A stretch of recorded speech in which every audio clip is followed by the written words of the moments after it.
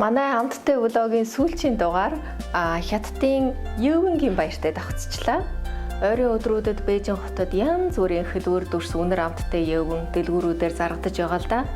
Гиснээс Евен нь Хятадд хүнс гэхээсээ илүүтэй аль хэдийн бэлэгдлийн амттан маягтай болсон. Ялангуяа сүүлийн жилүүдэд баярын үеэр баргал жилийн борлуулалтаа хийчихдэг гэсэн. Ингээд энэ дугаараар шинэ цагийн содон Евен хэрхэн хийх аргатай хамтдаа танилцъя. 你好，老师，中秋节快乐！你好，中秋节快乐！今天教你一个简单的，帮你一学就会。好呀。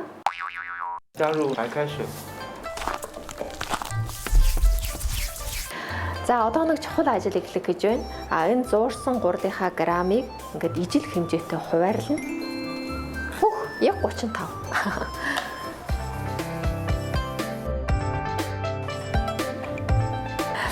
За би одоо нөгөө 6 энэ Евен хийх чигээ болохоор Евенгийнхээ шанзээ бас ингээд 6 төрлөгийг сонгож болох юм байна. Тэгээд би ингээд нэг захаас наваа сонгоод хий.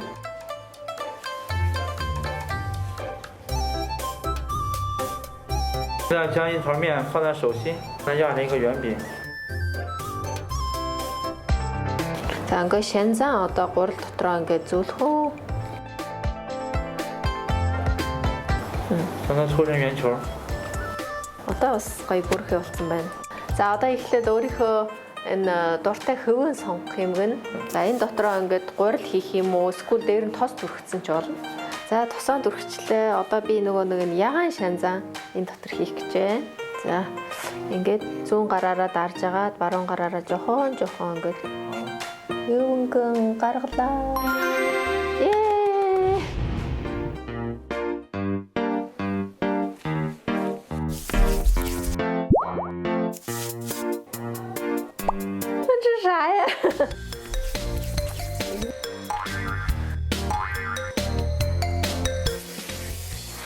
За миний өнөөдрийн бүтээл ямар байна? За энийг болохоор хятадууд мөсөн хальстай Евен гэдэг. Тэгээд гурилаар биш яг мөсөөр хийсэн шиг харагдаж байгаа үстэй. За амсаж үзье. Би үгүй анх удаа амсаж үзэх гэж байна.